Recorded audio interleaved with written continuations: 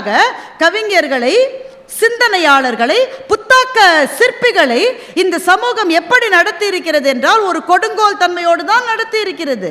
மன்னவனும் நீயோ வளநாடும் உனதோ உன்னை நினைத்தோ தமிழை ஓதினேன் என்று கம்பன் சொன்னான்.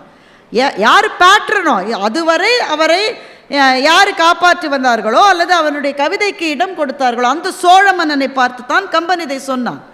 அப்போ என்னுடைய கவிதைக்கு, என்னுடைய கவித்திறனுக்கு ஒரு குறைவு வந்தது என்றால், உன்னை அண்டி பிழைக்கிறவன் போல என்னை நீ நடத்த ஆரம்பித்தால் அதற்கு பிறகு அந்த இடத்தில் நான் நிற்க மாட்டேன் என்ற கவிஞர்களால் தான் தமிழ் இன்றைக்கு இத்தனை தூரம் வளர்ந்திருக்கிறது. அப்போ இந்த 2 கவிதைகளையும் 2 எக்ஸ்ட்ரீமில் நீங்கள் வச்சு பாருங்க. முதல் கவிதையில் வண்ணதாசன் ஒரு நிலையிலிருந்து விழுந்து விட்ட போது கூட மனச்சலனம் இல்லாமல் வாழ்கிற வாழ்க்கையை சொல்லுகிற கவிதை இந்த பக்கம். வாழ்க்கை உன்னை போட்டு எவ்வளவு அடித்து மிதிச்சாலும் நீ அந்த வாழ்க்கையை பார்த்து துயர் உற குறுகுகிறவன் மனிதன், துயர் உற நிமிருகிறவன் கவிஞன் என்று நிமிர்ந்து நின்ற கவிஞர்களை சொல்லுவது இந்த பக்கம் என்றால், இதற்கு நடுவிலே தான் தமிழ் கவிதை என்ற அந்த மகத்தான நெசவு நடந்து கொண்டே இருக்கிறது. அப்போ ஒரு கவிதையிலிருந்து எனக்கு ஒரு புதையல் கிடைக்குமா என்றால் கிடைக்கும். வாழ்க்கையை வாழ சொல்லி தருவது கவிதை. நம்ம எத்தனை பேர் கண்ணதாசன் எழுதி கிட்டத்தட்ட 40 ஆண்டுகளான அந்த கவிதை இப்போது கேட்டாலும் நிமிர்ந்து நிற்கின்றோம். மயக்கமா, கலக்கமா, மனதிலே குழப்பமா, வாழ்க்கையில் நடுக்கமா? இது மட்டும் சாதாரண வரிகள், இதை யார் வேணா எழுத முடியும். அடுத்தவர் எழுதுறாரு, வாழ்க்கை என்றால் 1000 இருக்கும். இந்த வரி நமக்கு சொன்னது போலவே இருக்கு. நம்ம வாசல் தோறும் வேதனை இருக்கும், வந்த துன்பம் எதுவென்றாலும் வாடி நின்றால் ஓடுவதில்லை, எதையும் தாங்கும் இதயம் இருந்தால் இறுதி வரை நிம்மதி நிலவும்னு சொல்றாரு கண்ணதாசன். என்றால் ஒரு கவிதை வாழ்க்கையையே மாற்றி பார்க்கிற ஒரு பார்வையை கொடுக்க முடியுமா என்றால் கொடுக்க முடியும். அதுதான் கவிதையினுடைய சிறப்பு. அப்போ ஒரு சொல்லிலிருந்து ஒரு புதையல் கிடைக்கலாம், ஒரு வாசகத்திலிருந்து ஒரு புதையல் கிடைக்கலாம், ஒரு கவிதையிலிருந்து ஒரு புதையல் கிடைக்கலாம், ஒரு சிறுகதையிலிருந்து ஒரு புதையல் கிடைக்கலாம். எத்தனையோ சிறுகதைகள் நெஞ்சத்துக்குள் அலைமோதுகின்றன. இன்றைக்கு நான் சொல்ல போகிற சிறுகதை எழுத்தாளர் சூடாமணி அவர்களினுடைய ஒரு சிறுகதை. நம்ம இந்த வாழ்க்கையில் நிறைய இழந்துட்டோம். சார் அதை ரொம்ப அழகாக படம் பிடித்து காட்டிக்கொண்டே வந்தார். எவ்வளவு இழந்து விட்ட வாழ்க்கை. யாரோ சொல்கிறாங்க என்ன சாப்பிட்ணுன்னு, யாரோ சொல்கிறாங்க நீ it is time to stand அப்புங்குது. நம்மளை ஏற்கனவே நான் நின்றுட்டு தான் இருக்கேன், நீ இதை சாப்பிடு, நீ இதை செய்ய. இப்போ நீங்கள் சும்மா வாட்ஸ்அப் எடுத்து சும்மாவாது ஒரு 2-3 குரூப்ஸுக்கு அனுப்புங்களேன். அதான் ஏகப்பட்ட குரூப்ஸ் இருக்கேன். இந்த ஃபேமிலி குரூப்னு ஒரு கொடுமை எல்லாருக்கும் இருக்கும். கொடுமைகளிலெல்லாம் பெரிய கொடுமை அது. அதில் இந்த அம்மாக்கள் என்ன பண்ணுன்னா கம்பல் பண்ணி பிள்ளைங்களையும் ஃபேமிலி குரூப்பில் சேர்க்கும்.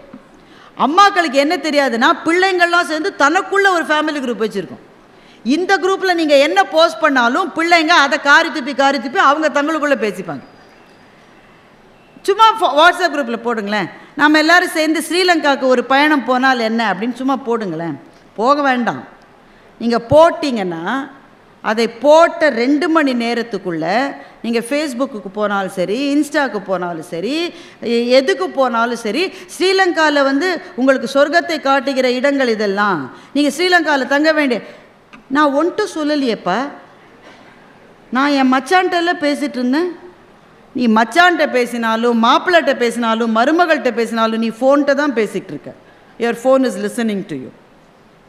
இப்படி மற்றவர்கள் நம்மை கவனித்து கொண்டே இருக்கிற ஒரு உலகத்தில் நாம் வாழ்கிற போது பலவற்றை இழக்கிறோம். இழந்ததனுடைய பட்டியல் மிக பெரிது. நம்மளாம் சின்ன பிள்ளையா இருக்கும்போது வீட்டு வாசலில் வித்துட்டு போவாங்களே, அந்த குரல்களை இழந்து விட்டோம். பார்த்தீங்களா? பாய் பாய் பாய்னு கத்திக்கிட்டு ஒருத்தர் கரெக்டாக போவார். இந்த பஞ்சு மிட்டாய் விற்கிற சகோதரர் ஒருவர் போவார். அவர் ஒரு குச்சி வச்சுப்பார், குச்சி மேலே ஒரு பொம்மை இருக்கும். அந்த பொம்மையை பார்த்தா எப்படி பரவசமாக இருக்கும் தெரியுமா? அவர் இந்த கையில் இந்த ரோஸ் கலரில் ஒரு வாட்ச் ஒன்று, அதை விட ஒரு சுவையான இனிப்பை என் வாழ்க்கையில் நான் சாப்பிட்டதே இல்லை அந்த மிட்டாயை விட. எவ்வளவு இழந்திருக்கிறோம். இப்படி இழந்ததுலாம் பரவாயில்ல, ஏன்னா இழந்ததுக்கு பல வேற ஒன்று கிடைக்கும் வாழ்க்கையில். ஆனால் மிகப்பெரிய இழப்பு என்று நான் நினைப்பது சகோதர சகோதரிகளுக்கு இடையிலே இருக்கின்ற அந்த ஒற்றுமை கலந்த ஒரு வாழ்க்கை. நீங்கள் ஒத்துக்கிறீங்களான்னு எனக்கு தெரியல, ஆனால் முன்ன மாதிரி அது இல்லைன்னு தான் எனக்கு தோன்றுகிறது. சூடாமணி ஒரு கதை எழுதுகின்றார். அந்த கதையில் ஆரம்பத்தில் எல்லார் அவங்க அந்த கதையை எழுதி 40 வருஷத்துக்கு மேலே இருக்கும். ஆனால் அந்த கதையை கேட்டால் இப்போ நடக்கிற மாதிரியே இருக்கும். அதுதான் சூடாமணியினுடைய எழுத்தினுடைய சிறப்பு. சூடாமணி சில உடல் குறைபாடுகளால் அவங்க வீட்டை விட்டு பெரும்பாலும் வெளியே போயிடாத ஒரு எழுத்தாளர். வீட்டுக்குள்ளேயே தான் இருந்திருக்காங்க. ஆனால் வீட்டுக்குள்ளே இருந்து அவர்கள் அவதானித்த உலகம் என்பது அத்தனை பிரம்மாண்டமாக இருந்திருக்கிறது. இந்த கதையில் ஒரு அண்ணன் ஒரு தம்பி. அண்ணன் கலெக்டர் ஆஃபீஸில் பெரிய பதவியில் இருக்கார். தம்பி ரொம்ப ரொம்ப ரொம்ப ரொம்ப சாதாரணமான ஒரு பதவியில் இருக்காங்க. இப்போ அண்ணனுக்கும் தம்பிக்கும் இருக்கிற உறவு எப்படி என்பது நான் சொல்லாமலே உங்களுக்கு விளங்குமே. அண்ணனும் தம்பியும் ஒருவரோடு ஒருவர் பேசிக்கொள்வதே கொஞ்சம் கொஞ்சமாக நிறுத்திட்டாங்க. அப்படியே அவங்க பேசினாலும் அவங்க வீட்டுக்காரமாக அவர்கள் உரையாடுவதை விரும்புவதே கிடையாது.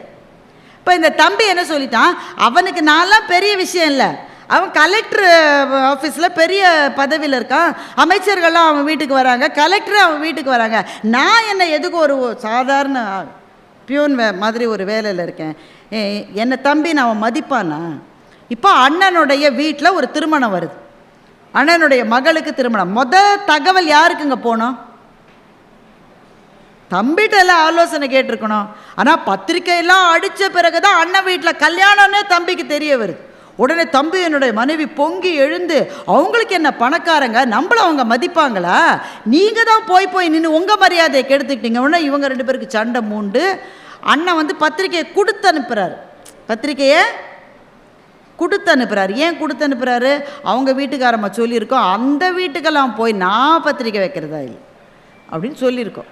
தம்பி சொல்லிட்டார், கல்யாணம் பக்கத்துலேயே தான் மண்டபம், ஒரே பெரிய பந்தல் போட்டு பிரம்மாண்டமாக இருக்குது. தம்பி என்னுடைய மனைவிக்கு டிக்கு டிக்கு டிக்கு டிக்குன்னு ஆவல். நான் வேணால் போயிட்டு வரட்டாங்குது. அவமானப்பட்டு வருவேன். நானே போகல, நீ எதுக்கு போகிற? இல்லை, என்ன சீர் வச்சுருக்காங்க, என்ன செஞ்சுருக்காங்க, என்ன வரிசை வச்சுருக்காங்க, யார் யார் வர்றாங்க, அதை மாத்திரம் பார்த்துட்டு, சிச்சி அங்கெல்லாம் நான் சாப்பிட மாட்டேன், கை நினைக்கவே மாட்டேன், அதை மாத்திரம் பார்த்துட்டு வரேன்னு மனைவி மட்டும் வேவு பார்க்க போகுது. கல்யாணத்துக்கு போகல, வேவு பார்க்க போகுது. போன இடத்துல அந்த அண்ணனுடைய மனைவி தம்பியினுடைய மனைவியை பார்த்து, ஏம்மா வழி தெரிஞ்சுதா, அவங்க வீட்டுக்காரர் வரலையா, கூப்பிட்ற மாதிரி கூப்பிட்டா வர்றவங்களாம் வருவாங்க, கூப்பிட்ற மாதிரி நீங்கள் உறவை வச்சுக்கிட்டு இருந்தால் நாங்கள் கூப்பிட்ருவோம், பேசிக்கிட்டே போகிறாங்க. அதுக்குள்ளே கல்யாணத்துக்கிட்ட டைம் ஆயிடுச்சு. அண்ணன் மாடியிலேருந்து கலெக்டர் வந்துட்டார். கலெக்டரை வரவேற்க அண்ணன் மாடியிலேருந்து தப்பான்னு இறங்கி வர்றாரு. வழியில் யாரோ காஃபியை கொட்டி வச்சுருக்காங்க. கால் வழுக்கி விழுந்து ஃப்ராக்சர் ஆயிடுச்சு. வலி தாங்க முடியாமல் அண்ணன் கத்துறாரு. இப்போ அவர் தான் நின்று அந்த சடங்கு முறையை செய்யணும். அப்பா இருந்து செஞ்சால் தானே திருமணத்தை செய்ய முடியும். உடனே அண்ணனுடைய மனைவி ஐயோ இப்படி ஆயிடுச்சு, எந்த கண்ணு பட்டுதோ, எந்த நொல்ல கண்ணு பட்டுதோ, இப்படி ஆயிடுச்சே, சரி கல்யாணத்தை வேறு தேதிக்கு மாற்றி வைக்கலாங்குது அண்ணனுடைய மனைவி. அண்ணன் சொல்ல, அதெல்லாம் மாற்றி வைக்க முடியாது, கலெக்டர் வந்துட்டார், மினிஸ்டர் வந்துகிட்டே இருக்கார், நான் அவங்களோட டேட்டை வாங்கி தான் இந்த தேதியை வச்சேன், மண்டபத்தை பிடிச்சிருக்கோம், அதெல்லாம் மாற்ற முடியாது, நீங்கள் இப்படி இருக்கிற போது எப்படி செய்ய முடியும்? அண்ணன் சொன்னார், நான் நிற்க வேண்டிய இடத்துல நான் இல்லைன்னா நிற்கிறதுக்கு ஒரே ஒரு ஆளுக்கு தான் முடியும், என் தம்பியை போய் கூட்டிகிட்டு வந்துடுறேன்.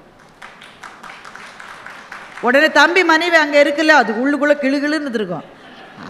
அது சொல்லிச்சு, அவர் வரமாட்டார், கல்யாணத்துக்கே வராதவர், நீங்கள் நான் வராத கூடாதோ, நீ நான் வரணுமா, நாங்கள் என்ன நீங்கள் வச்ச ஆளுங்களா, நானே கூட சும்மா பார்த்துட்டு போகிறேன்னா அவர் அதுக்கு கூட வரல, நீங்கள் ஒன்றும் நினைக்காதீங்க, அவர் வரமாட்டார், நீங்கள் வேறு தேதியில் வைங்க.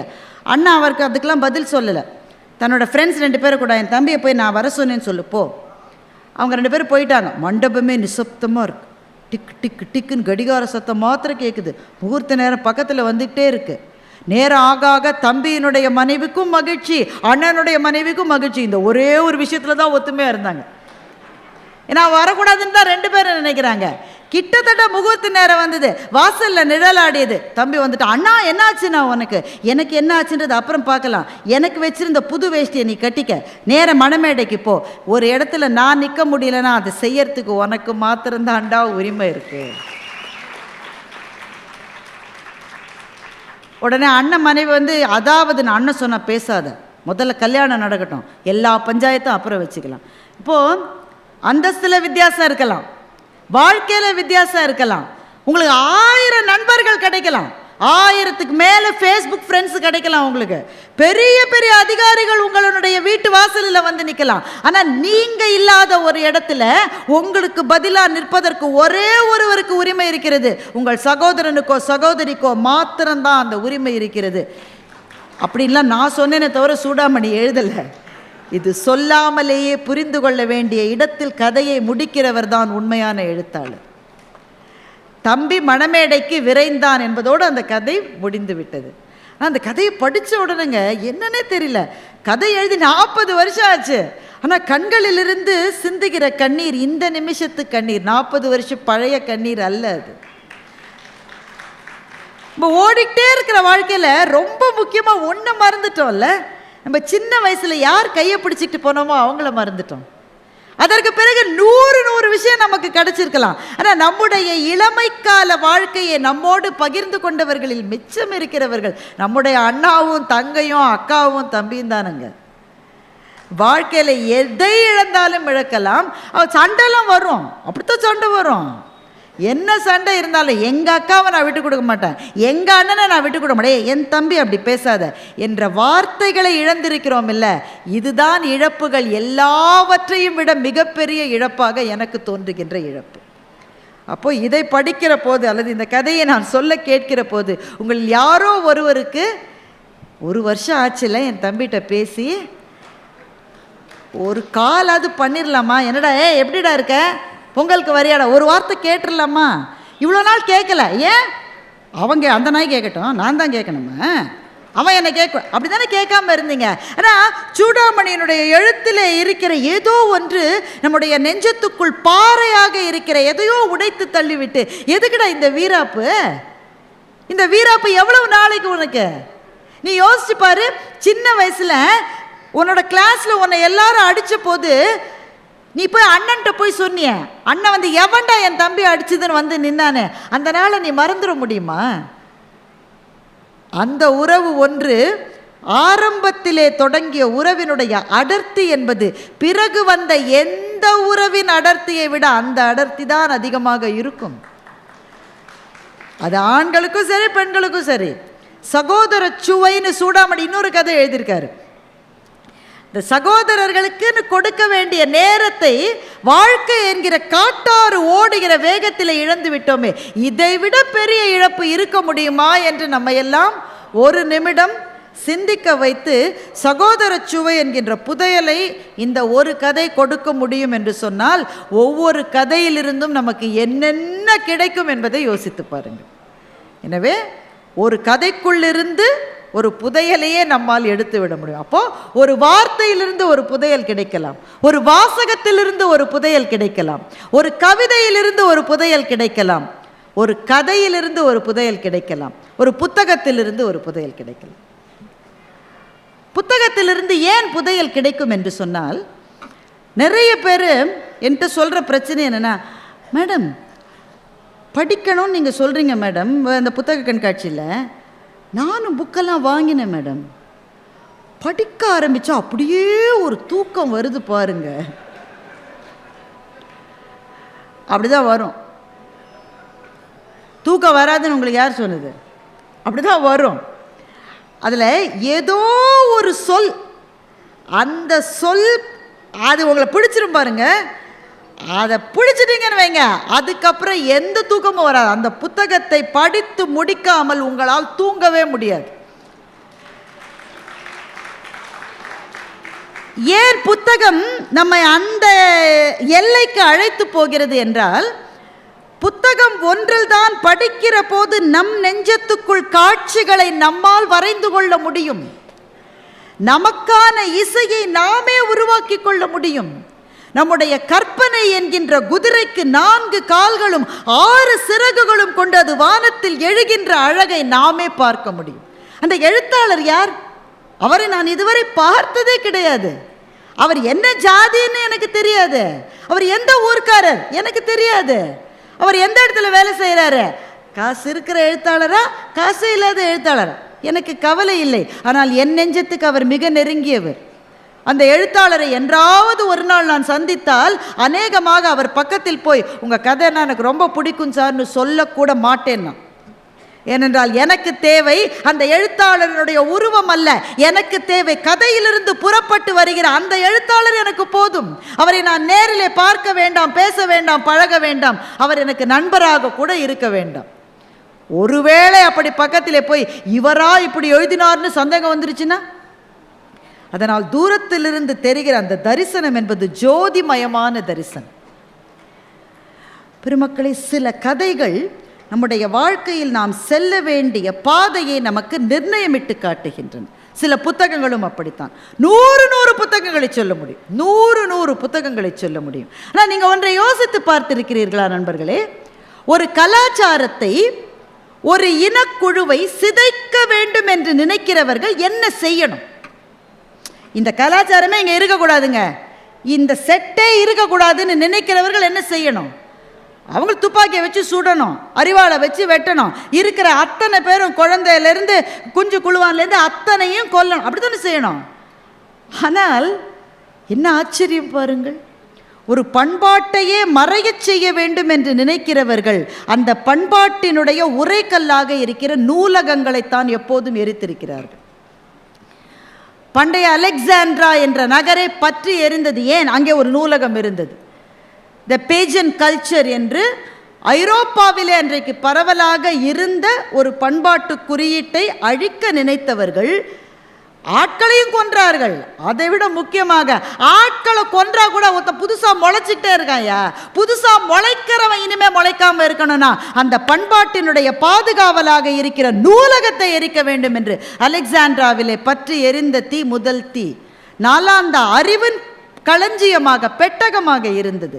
அங்கே அந்த புத்தகங்களுக்கு, ஓலைச்சுவடிகளுக்கு இடப்பட்ட தீயை அணைப்பதற்கே மாத கணக்கில் ஆகியது என்று வரலாற்று ஆய்வாளர்கள் கூறுகிறார்கள்.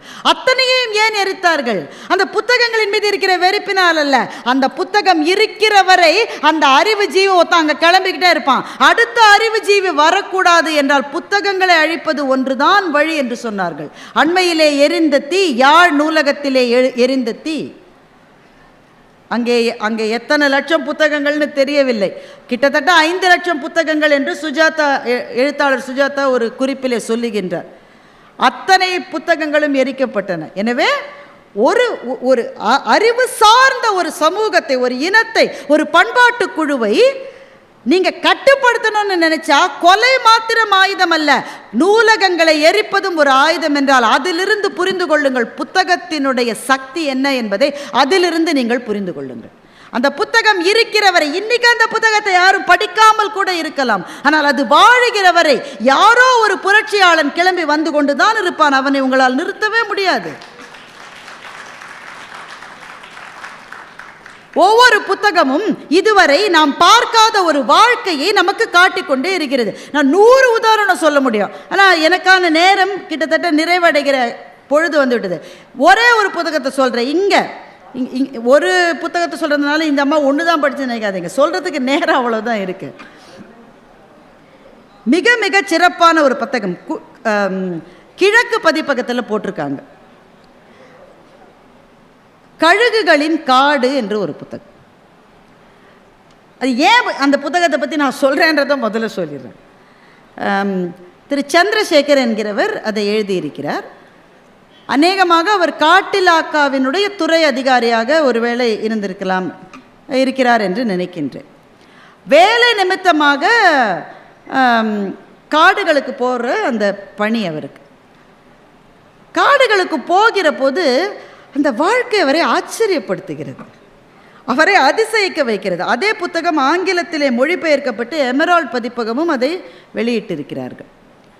அவர் ஒரு தகவல் சொல்கிறார். இப்போ நான் சொன்னேன்ல, புக்கை படிக்கிறேன்னு தான் ஆரம்பிக்கிறேங்க, தூக்கமாக எனக்கும் அப்படி தான் வந்தது.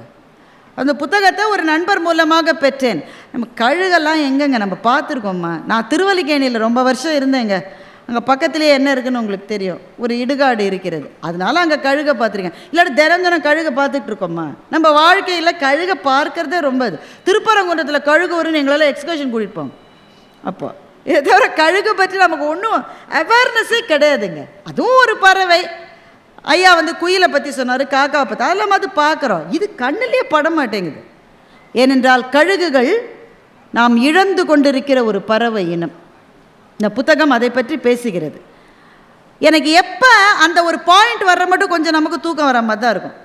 அப்புறம் சரி, ஒரு த்ரில்லரே இல்லையே. ஒரு ஹீரோ வந்தான், அவன் நடக்கிற போதே நெருப்பு பொறி பறந்தது, அவன் இந்த பக்கம் பண்ணால் 100 பேர் விழுந்தான், இப்படி பண்ணால் 100 பேர் விழுந்தான், இதெல்லாம் எதுவுமே இல்லைங்க. ஒரு டூயட் இல்லை. நீங்கள் எவ்வளோ நேரம் படிப்பீங்க? நீங்கள் திடீர்னு ஒரு லைன் வந்தது, அவ்வளோதான். அதுக்கு பிறகு அந்த புத்தகத்தை வைக்கவே முடியல என்னால். ஒரு புள்ளி விவரம் சொல்லுகிறார், ஒரு டேட்டா. இந்த கழிவு இருக்குல்ல, நம்மளாம் எவ்வளோ குப்பை போடுறோம் உங்களுக்கு தெரியும். இந்த கழிவுகளை அகற்றுவதற்கு நம்முடைய அரசாங்கம், மாநகராட்சி எவ்வளோ செலவழிக்கிறாங்க? கோடிக்கணக்கில் செலவழிக்கிறாங்க. ஒரே ஒரு கழுகு தன்னுடைய வாழ்நாளில் அகற்றுகிற கழிவுக்கு நீங்கள் ஒரு பொருளாதார மதிப்பு போட்டால் கிட்டத்தட்ட 3.5 லட்சம் ரூபாய் செலவாகக்கூடிய அளவுக்கான கழிவை ஒரு சின்ன கழுகு நீக்கி விடுகிறது தன் வாழ்நாள். இந்த பாயிண்ட் உங்களுக்கு புரிந்ததா? நாம் ஒன்றுமே துப்புரவு பணி செய்கிற சகோதரர்கள் இல்லைன்னு வச்சுக்கிட்டா கூட நிறைய கழுகு தான் அந்த வேலையை அது வச்சு செஞ்சிடும். ஆனால் அந்த கழுகுகளை நம்முடைய அஜாகிரதையினாலும் நம்முடைய அலட்சியத்தினாலும் இழந்து கொண்டே இருக்கிறோம். அந்த எண்ணிக்கை குறைந்து கொண்டே. இதுதான் அந்த புத்தகத்தினுடைய நோக்கம். அந்த புத்தகத்தில் இவர் அம்மினி அம்மான்ற ஒரு அம்மாவை ஒரு வயசான அம்மாவை சந்திக்கிறார். அவங்க பழங்குடி இனத்தை சேர்ந்தவர்கள். இவர் எதுக்கு போகிறாருனாக்க, அந்த பழங்குடி இனத்தை சேர்ந்த யாராவது ஒரு ஆடவர், ஒரு ஆண்கிட்ட இன்டர்வியூ எடுக்கணும்னு இவர் போகிறார். இவர் போன நேரம் பாருங்கள், ஆண்கள் யாருமே இல்லை. அவங்களாம் வேலைக்கு போயிட்டாங்களா? இல்லை, யாருமே இல்லை. இங்கே அம்மினி அம்மானு ஒரு அம்மா இருக்குதுங்க, இது கூடலூர் பக்கத்தில். இவர் காட்டுக்கு போகிறார். அம்மினி அம்மாவுக்கு 84 வயசுக்கு மேலே ஆச்சு. அந்த அம்மாட்ட வேணால் பேசுங்க. என்னங்க, நான் கொஞ்சம் இன்டர்வியூக்காக வந்திருக்கேங்க. அதாவது ஆண்கள் காட்டுக்குள்ளே போகிற அளவு பெண்கள் போக மாட்டாங்க தானே அப்படின்னு இவர் சொல்கிறார். பெண்கள் அவ்வளோலாம் போக மாட்டாங்க, அவங்களுக்கு அவ்வளோ விஷயம் தெரியாது. நீ வேணும்னா இந்த அம்மாட்ட எடு, இல்லைன்னா கிளம்பிக்கிட்டே இருன்னு அவங்க சொல்லியிருக்காங்க. சரி, வந்த வேலைக்கு இதையாவது முடிப்போமேன்னு அம்மினி அம்மா, அதுவும் 84 வயசு பாட்டி என்ன பேசுன்னு நினச்சிக்கிட்டு இவர் போயிருக்கார். அந்த அம்மாவோட இன்டர்வியூ எடுத்துருக்க பாருங்கள். அதுதான் அவருக்கு கிடைத்த புதையல். ஒவ்வொருத்தருக்கும் புதையல் ஒவ்வொரு இடத்துல கிடைக்கிது இல்லை. அவருக்கு கிடைத்த புதையல் அம்மினி அம்மாவோட. அம்மினி அம்மா வீட்டுக்கு இவர் போகிறாரு. வீடுனா என்னங்க, நமக்கெல்லாம் தெரியவே தெரியாது. பழங்குடியின மக்களினுடைய வீடெல்லாம் எப்படி இருக்குன்னு கூட நமக்கு தெரியாது. வெறும் மண்ணை குழைச்சி பூசின தரைங்க, அவ்வளோதாங்க வீடு. வெறும் மண்ணை குழைச்சி அப்படி ஒரு வீடு மாதிரி ஒன்று, அவ்வளோதான். அதில் தான் அந்த அம்மா 84 வருஷமாக இருந்துகிட்டு இருக்கு. இவர் போகிற பாதையை பார்த்தா அந்த பாதையில் யானைகள் நடந்து போன தடம் இருக்குது. ஒரு யானை 2 யானை இல்லை, பல யானைகள் நடந்து போன தடம். அந்த அம்மா வீட்டுக்கு பக்கத்துலேயே போயிருக்கு யானை எல்லாம். நாம் காட்டு வழியில் யானையை பார்த்தா என்ன ஆகும்? நாம் உடனே மேன் அனிமல் கான்ஃப்ளிக்ட் அடுத்த நாள் பேப்பரில் வந்துடும். மனிதனும் விலங்குகளும் ஒன்றுக்கொன்று எதிரானவை. இவர் அம்மினி அம்மாட்ட கேட்குறாரு, யானை வந்துதா? தினம் தான் வருது. என்னம்மா இப்படி சொல்கிற? ஆமாம், இது யானை போகிற பாதை தானே, இங்கே தான் போகும். ஏம்மா, உன் வீட்டை பார்த்தா ஒருத்தர் தும்மினாலே விழுந்துடுற மாதிரி இருக்குது. யானை இந்த பக்கமாக போயிருக்கு, லேசாக ஒரு சாஞ்சா கூட உன் வீடு விழுந்துருமேம்மா. அதெல்லாம் பெரியவர் செய்ய மாட்டார். யார் பெரியவர்? சாமிங்க. யார் சாமி? உங்கள் சாமி. அதுதாங்க. நாங்கள் யானை எல்லாம் சொல்ல மாட்டோம், அதெல்லாம் டவுனுக்காரங்க சொல்லுவீங்க. நாங்கள் பெரியவர்னு தான் சொல்லுவோம். அது இந்த வழியாக போகும், சில சமயம் அப்படி இப்படிங்க. நாங்கள் வீட்டுக்குள்ளே இருந்தே, பெரியவரே வீட்டை இடிச்சிடாதப்பா, இருக்கிறதே இது ஒன்று தான்ப்பா, நான் அடக்க ஒடுக்கமாக போகுமே தவிர வீட்டை தொடாதுன்னு அம்மினி அம்மா சொல்லி. சார், இது நடந்தது சார், நடந்தது தான் அவர் பதிவு செய்கிறாரு. எனக்கு இப்போ என்ன கேள்வினாக்க, ஒரு காட்டிலே 84 ஆண்டுகள் வாழ்ந்த ஒரு பெண், முறையான கல்வி என்பது அவர்களுக்கு இருந்திருக்கும் என்று நான் நினைக்கவில்லை. ஸ்கூலில் போய் படித்து, காலேஜில் போய் படித்து, என் பையன் என்ஜினியர் ஆனோ, என் பையன் இதெல்லாம் என்னன்னு அவங்களுக்கு தெரியாது.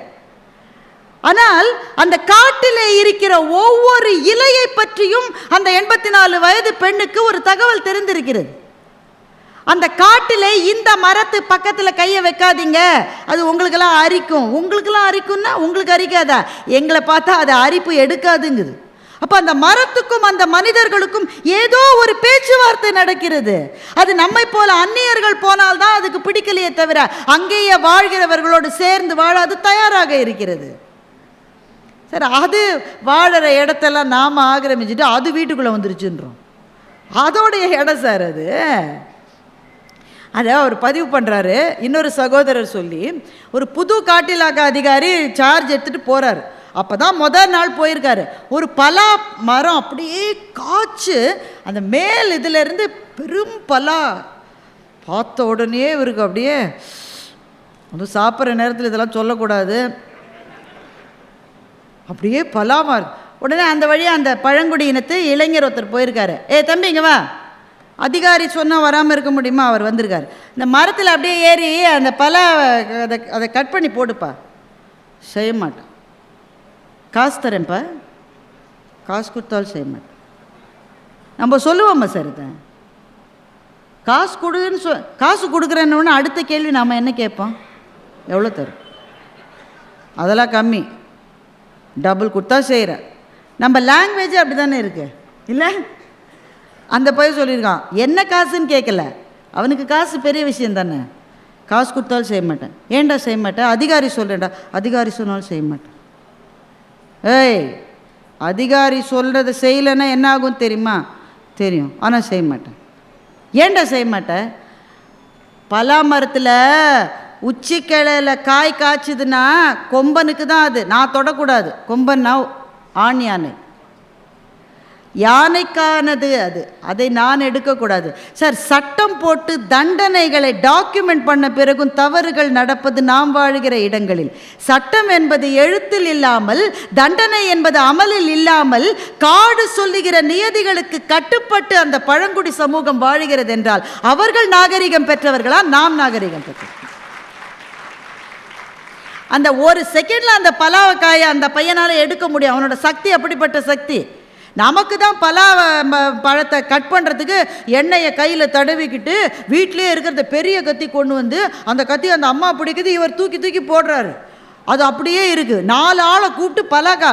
அவனுக்கு அதெல்லாம் தேவையில்லை, அவன் ஒரு அடி வச்சா அது பழக்குது. ஆனால் செய்ய மாட்டான். அவன் ஏன் செய்ய மாட்டான்? காடு என்பது யாருக்கு எதை கொடுத்து நாம் எதை சாப்பிட வேண்டும் என்ற நியதிகளோடு இயங்குகிற ஒரு உலகம். ஒருவனுடைய சாப்பாட்டை அங்கே இன்னொருவன் தொடவே மாட்டான். அப்போ இதைத்தான் அம்மினி அம்மாட்ட அவர் கேட்குறாரு. நீ சொன்னா யானை எப்படி பாட்டி கேட்கும்? கேட்கும், சொல்கிற விதமாக சொல்லணும், சொல்கிற விதமாக சொல்லணும். எப்போ என் வீட்டில் எதுவும் செய்யாதப்பானா நாம் பேசுகிறது அதுக்கு புரியும் என்று அம்மினி அம்மா சொல்லிக்கிறார். இப்போ இந்த புத்தகத்தை, கழுகுகளின் அந்த காடு என்ற புத்தகத்தை படிக்கிற போது எனக்கு ஒரு பெரிய வெளிச்சம் பாருங்கள் நண்பர்களே, பெரிய வெளிச்சம். நம்மை பொறுத்தவரையில் அறிவாளி என்பவன் யார்? யாரை நீங்கள் அறிவாளி என்று சொல்லுவீர்கள்? எங்கள் வீட்டு பக்கத்தில் ஒருத்தர் போய் பிஹெச்டிலாம் 4 PhD பண்ணியிருக்கார். அவர் பெரிய அறிவாளி. எதிர் வீட்டில் ஒரு ஆள் பெரிய அதிகாரிங்க. இந்த அதிகாரி படித்தவர் எல்லாரும் போய் யார்கிட்ட கும்பிட்டு நிற்கிறாங்கன்னா, ஜாஸ்தி காசு இருக்குல்ல அவன்கிட்ட போய் கும்பிட்டு நிற்கிறாங்க. அதனால் அவன் தான் எல்லாரையும் விட பெரிய ஆள். இதுதான் நம்முடைய மதிப்பீடு.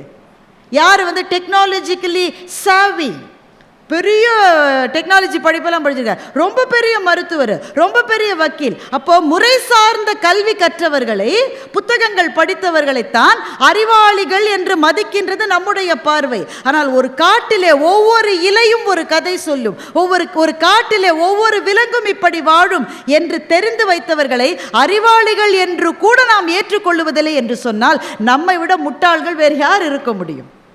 இந்த புத்தகம் எனக்கு கொடுத்த மிகப்பெரிய புதையல் என்னவென்றால், அறிவு என்பது ஒரு வழிப்பாதை அல்ல, அது பரந்துபட்ட பல வழிப்பாதை. அவரவர் துறைகளில் அவரவருக்கு இருக்கிற அறிவை நாம் மதித்தோம் என்று சொன்னால் அப்போதுதான் நம்முடைய வாழ்வு எல்லாரையும் ஒன்றாக இணைத்து கொண்ட சமத்துவ வாழ்வாக மலர முடியும். இதுதான் எனக்கு கிடைத்த மாபெரும் பாடம். நீங்க பார்த்தீங்கன்னா பெரிய அறிஞர்கள், அவங்கள சாமானியர்கள் ஜெயிச்சதா ஒரு கதை எல்லா தொன்மங்கள்லையும் இருக்கும். இப்போ அவ்வை பாட்டி ரொம்ப பெரிய புத்திசாலி தானே. ஒரு காட்டிலே இருக்கிற ஒரு சிறுவன் சுட்ட பழம் வேணுமா சுடாத பழம் வேணுமான்னு கேட்குறான். அப்போ அவ்வை அதை பாடலாக எழுதுகிறார். காட்டில் இருக்கிற ஒரு பையன்ட்ட நான் தோத்து போனேன், 2 நாள் எனக்கு தூக்கம் வராதுன்னு பாட்டு எழுதுறாய். இரு இரா துஞ்சாது என் விழின்னு எழுதுறான். அது அப்படி தான் இருக்கும் பாருங்கள். நாங்கள் கூட பட்டிமன்றத்தில் சரியாக பேசலைன்னா தூங்கவே முடியாது அன்றைக்கி. ராஜா அப்படி சொன்னப்போ நான் இப்படி பதில் சொல்லியிருக்கணும், ஐயோ விட்டனே, இன்னுமே என்னத்து செய்யறது, அங்கே எல்லாம் தோணணும். அப்போது நம்ம அந்த இடத்துல பதில் சொல்ல முடியலன்னா அது நம்ம தூங்க முடியாது.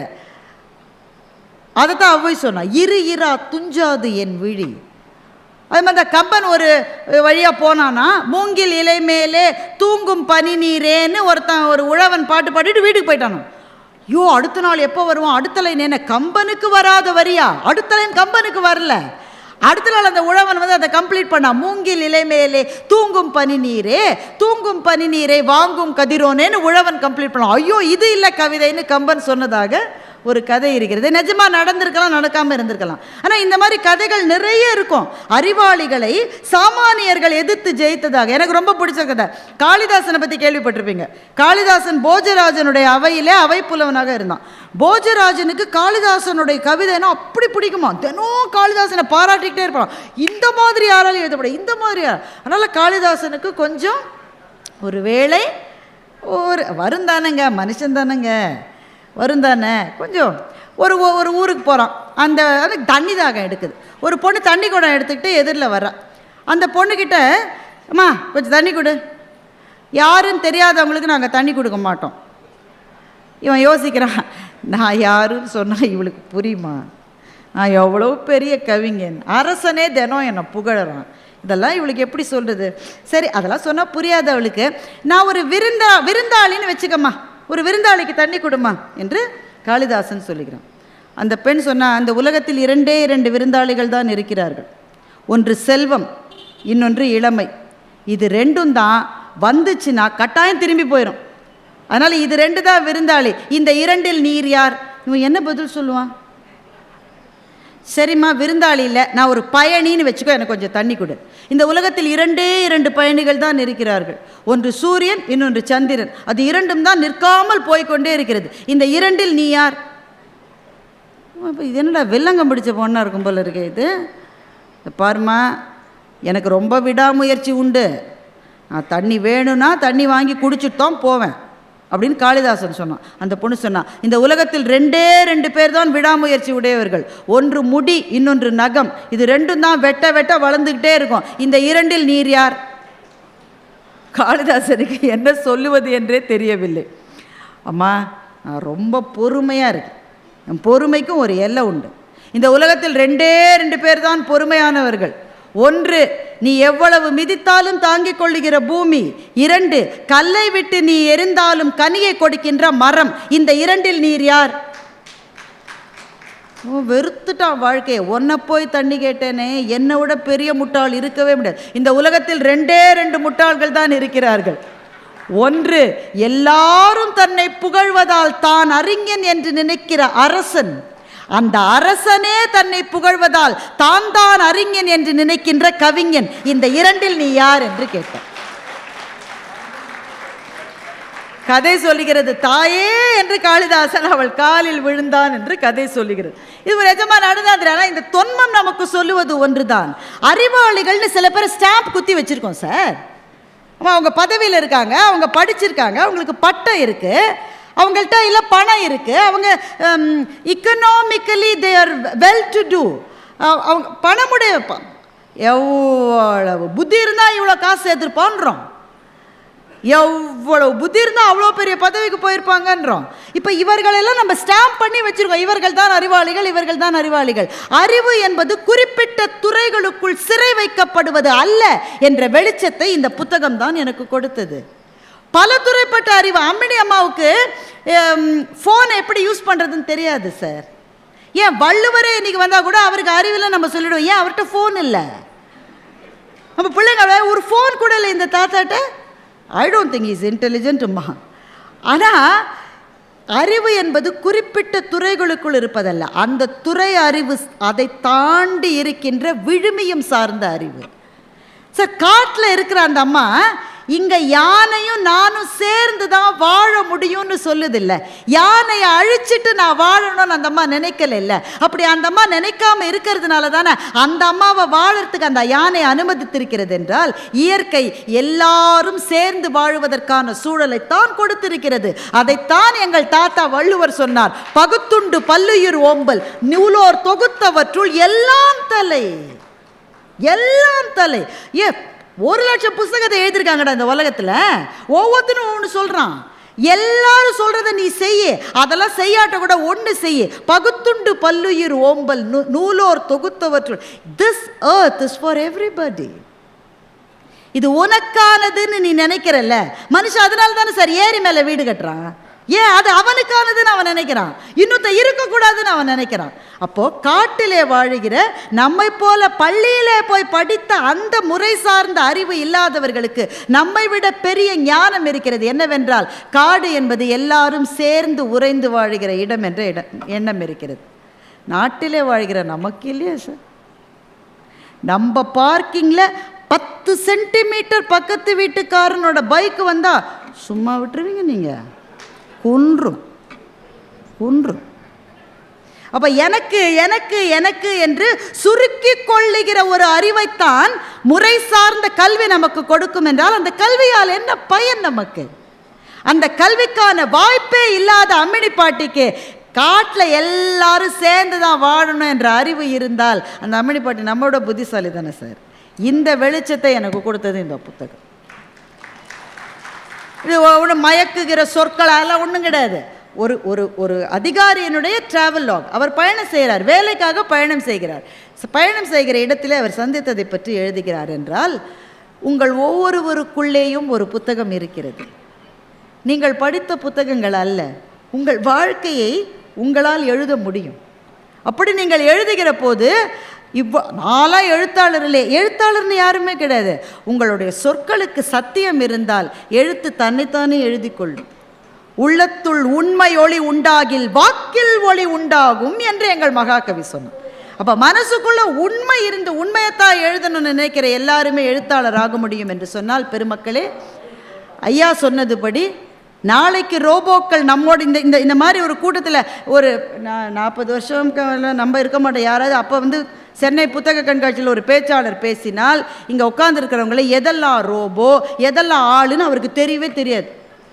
அப்போ ஒரு வசதி பாருங்க, ரோபோக்கெல்லாம் ப்ரோக்ராம் பண்ணிடலாம். நான் என்ன சொன்னாலும் கைத்தட்டணும்னு ஒரு ப்ரோக்ராம் பண்ணிட்டான்னு வைங்க, நாங்கள் யாரும் சொல்ல வேணாம், நீங்கள் இன்னும் கைத்தட்டவில்லையே சொல்ல வேணாம். ஆள் கம்மியாக இருக்கா, காலியான இடத்துலலாம் உட்கார்ற மாதிரி 7 ரோபோவை ப்ரோக்ராம் பண்ணி அனுப்பினா முதல் ரோ பின்னாடி ரோ எல்லாம் ஃபுல்லாயிரும். ஆனால் என்ன, அந்த ரோபோக்களினுடைய கைத்தட்டலிலிருந்து ஒரு உண்மையான பேச்சாளருக்கு மன எழுச்சி பேச முடியாது. மனிதர்கள் ஒன்றை பார்த்து பரவசமடைந்து அல்லது வியப்படைந்து அந்த ஒரு உணர்வு வருகிறது பாருங்க, அப்பத்தான் கலைகள் வளரும். நாளைய உலகத்தில் artificial intelligence is going to rule everything என்றால் முதலில் நாம் இழக்கப் போவது கலைஞர்களை இழப்போம், எழுத்தாளர்களை இழப்போம், பேச்சாளர்களை இழப்போம். எதுக்கு பேச்சாளர்? ஒரு ரோபோ இதை விட நல்லா பேசிச்சே, இது மட்டும் அவங்க 100 இடத்துல பேசினது இந்த ஒரு ரோபோவை பேசுதுன்னா என்ன கூப்பிடுவீங்களா? ரோபோவை கூப்பிடுவீங்களா? ஆனால் ரோபோ ஏற்கனவே பேசினது தான் பேசும்.